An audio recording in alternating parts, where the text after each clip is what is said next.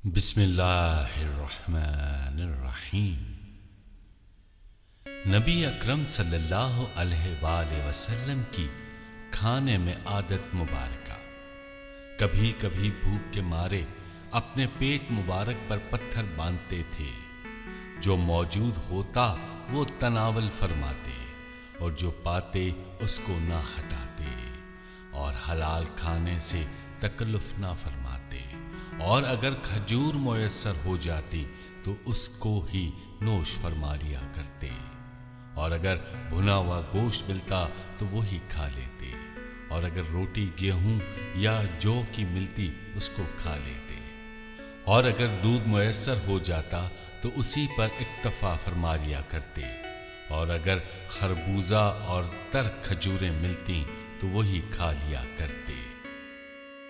آپ صلی اللہ علیہ وآلہ وسلم تکیہ لگا کر کھانا تناول نہیں کیا کرتے تھے، اور نہ ہی اونچی ٹیبل یا میز پر رکھ کر کھانا کھایا کرتے تھے۔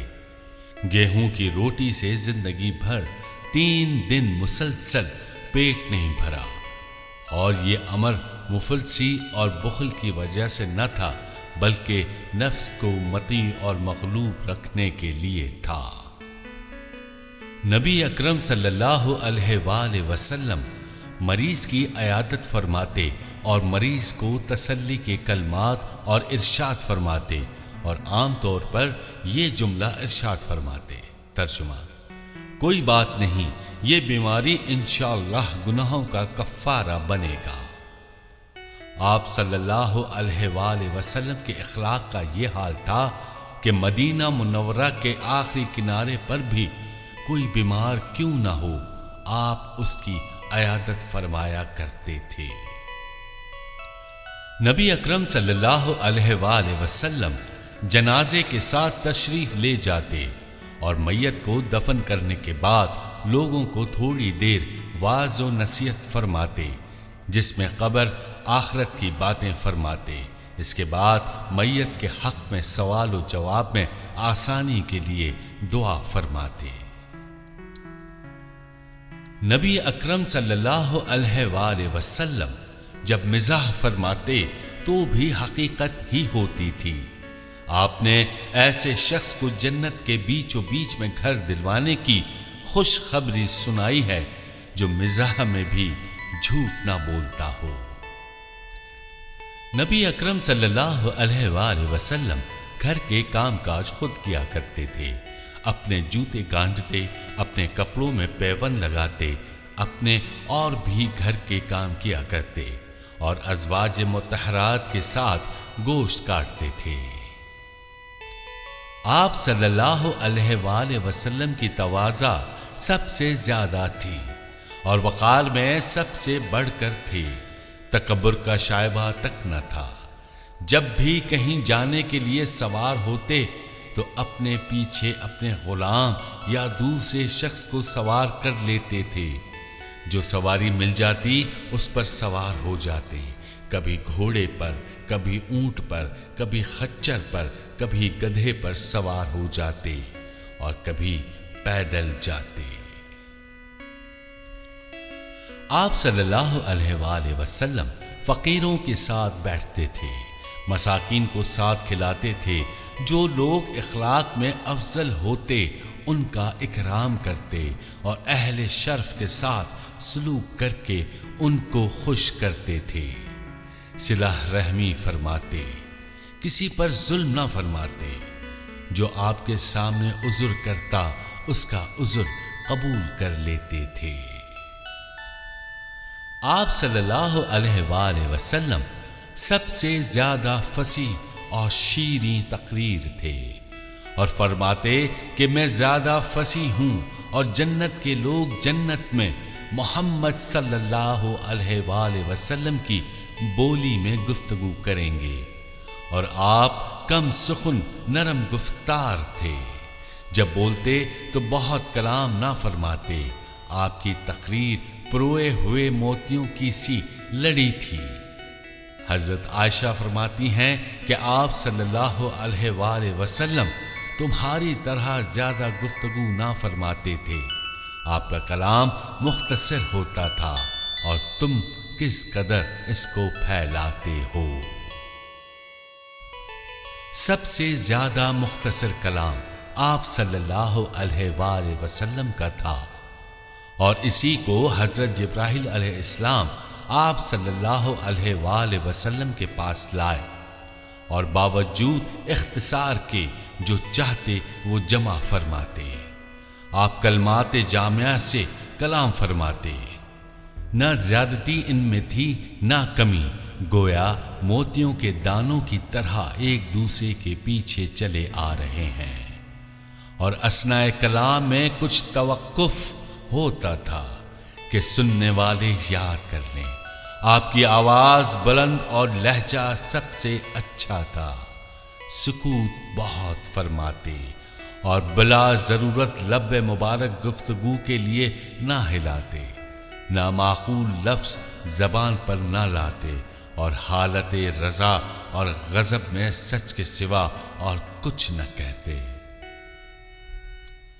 آپ صلی اللہ علیہ وآلہ وسلم صحابہ سے فرماتے، گفتگو کرتے وقت اپنی زبان کو قابو میں رکھو، کیونکہ زبان کی بے باکیاں اعمال حسنہ کو بے وزن اور بے نور کر دیتی ہیں۔ آپ صلی اللہ علیہ وآلہ وسلم کی گفتگو متانت و سنجیدگی کا اعلیٰ نمونہ ہوتی۔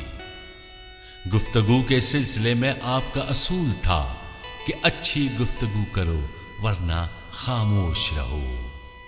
آپ صلی اللہ علیہ وآلہ وسلم کے پیش نظر ہمیشہ یہ آیت رہتی تھی، لوگوں سے اچھی بات کہو۔ آپ صلی اللہ علیہ وآلہ وسلم ہمیشہ سنجیدہ اور با مقصد گفتگو فرماتے اور اسی کی لوگوں کو تلقین فرماتے۔ حضور صلی اللہ علیہ وآلہ وسلم کا لہجہ دھیما ہوتا، جس میں محبت و الفت، رحمت و شفقت کی حلاوت اور شیرنی ہوتی۔ دوست و دوست دشمن بھی آپ کی بات سننے کے بعد کاٹنے کی جرت نہ کرتا۔ مخاطب کو پورے الفاظ سے گفتگو کرنے کا موقع دیتے اور پوری توجہ سے اس کی گفتگو سنتے، اور پھر اطمینان سے اس کے سوال کے جواب دیتے، مختصر الفاظ میں تشفیع بخش جواب دیتے، طول و طویل کلام سے احتراز کرتے تاکہ سننے والا اکتا نہ جائے۔ حضرت سعد فرماتے ہیں، میں حضرت عائشہ صدیقہ کے پاس گیا، میں نے پوچھا آپ صلی اللہ علیہ وآلہ وسلم کے اخلاق کیسے تھے؟ حضرت عائشہ نے فرمایا، کیا آپ قرآن نہیں پڑھتے؟ میں نے کہا، جی ہاں پڑھتا ہوں۔ حضرت عائشہ صدیقہ نے فرمایا، آپ صلی اللہ علیہ وآلہ وسلم کے اخلاق قرآن ہی تو ہے۔ حضرت ابو ہریرہ نے آپ صلی اللہ علیہ وآلہ وسلم سے پوچھا، اے اللہ کے رسول صلی اللہ علیہ وآلہ وسلم، کیا اللہ پاک مکارم اخلاق کو پسند کرتے ہیں؟ آپ صلی اللہ علیہ وآلہ وسلم نے فرمایا، قسم ہے اس ذات کی جس قبضہ قدرت میں میری جان ہے، جنت میں خوش اخلاق کے سوا کوئی اور داخل نہ ہوگا۔ حضرت انس بن عوف فرماتے ہیں کہ ایک بار نبی اکرم صلی اللہ علیہ وآلہ وسلم نے اتنا لمبا سجدہ کیا کہ میرا خیال ہونے لگا کہ آپ صلی اللہ علیہ وآلہ وسلم کی روح پرواز کر گئی ہے۔ قریب گیا تو آپ صلی اللہ علیہ وآلہ وسلم نے سر مبارک سجدے سے اٹھایا تو میں نے پوچھا، اتنا لمبا سجدہ؟ مجھے ڈر لگا کہ آپ کی روح پرواز کر گئی۔ آپ صلی اللہ علیہ وآلہ وسلم نے فرمایا، جبرائیل نے مجھے خوشخبری دی کہ اللہ تعالیٰ نے فرمایا، جس شخص نے آپ صلی اللہ علیہ وآلہ وسلم پر درود بھیجا میں اس پر رحمت نازل کروں گا، اور جس نے سلام کیا میں اس پر سلامتی کروں گا، اس لیے میں نے سجدہ شکر بجا لایا۔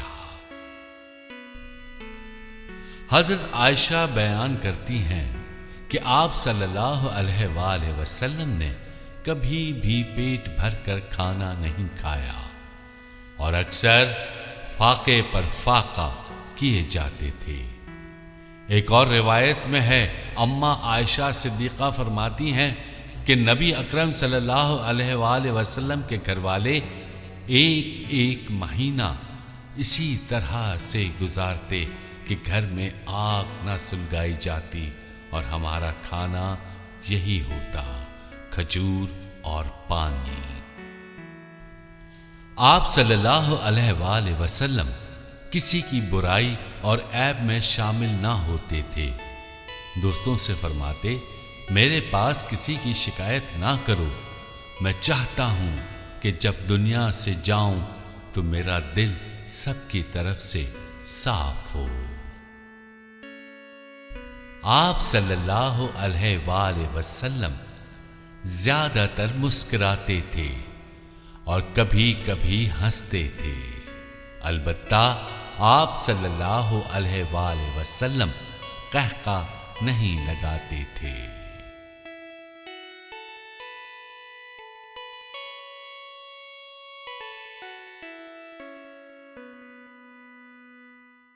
الف لام میم محمد عین علی، الف لام میم محمد عین علی۔